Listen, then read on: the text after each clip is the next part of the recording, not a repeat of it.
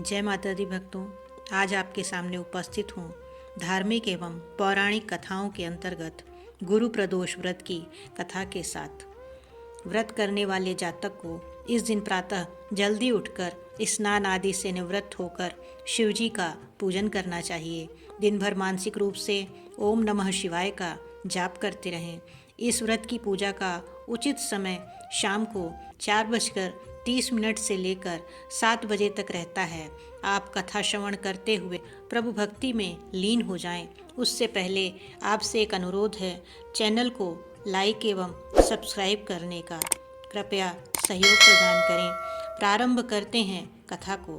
प्राचीन काल में एक गरीब पुजारी हुआ करता था। उस पुजारी की मृत्यु के बाद उसकी विधवा पत्नी अपने भरण पोषण के लिए पुत्र को साथ लेकर भीख मांगती हुई शाम तक घर वापस आती थी। एक दिन उसकी मुलाकात विदर्भ देश के राजकुमार से हुई, जो कि अपने पिता की मृत्यु के बाद दर दर भटकने लगा था।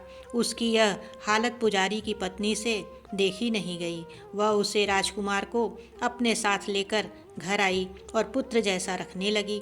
एक दिन पुजारी की पत्नी अपने साथ दोनों पुत्रों को शांडिल्य ऋषि के आश्रम ले गई। वहाँ उसने ऋषि से शिवजी के प्रदोष व्रत की कथा एवं विधि सुनी तथा घर जाकर अब वह भी प्रदोष व्रत करने लगी। एक बार दोनों बालक वन में घूम रहे थे। उनमें से एक पुजारी का बेटा तो घर लौट आया, परंतु राजकुमार वन में ही रह गया। उस राजकुमार ने गंधर्व कन्याओं को क्रीड़ा करते हुए देखा तो वह उनसे बात करने लगा। उस कन्या का नाम अंशुमति था। उस दिन वह राजकुमार घर देरी से लौटा। राजकुमार दूसरे दिन फिर उसी जगह पहुंचा जहां अंशुमति अपने माता पिता से बात कर रही थी। तभी अंशुमति के माता पिता ने उस राजकुमार को पहचान लिया तथा उससे कहा कि आप तो विदर्भ नगर के राजकुमार हैं ना, आपका नाम धर्मगुप्त है।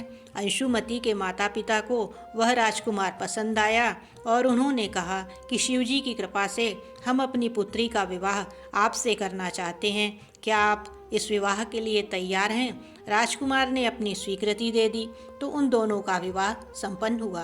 बाद में राजकुमार ने गंधर्व की विशाल सेना के साथ विदर्भ पर हमला किया और घमासान युद्ध कर विजय प्राप्त की तथा पत्नी के साथ राज्य करने लगा। वहाँ उस महल में वह पुजारी की पत्नी और पुत्र को आदर के साथ ले आया तथा साथ रखने लगा। पुजारी की पत्नी तथा पुत्र के सभी दुख व दरिद्रता दूर हो गई और वे सुख से अपना जीवन व्यतीत करने लगे। एक दिन अंशुमति ने राजकुमार से इन सभी बातों के पीछे का कारण और रहस्य पूछा।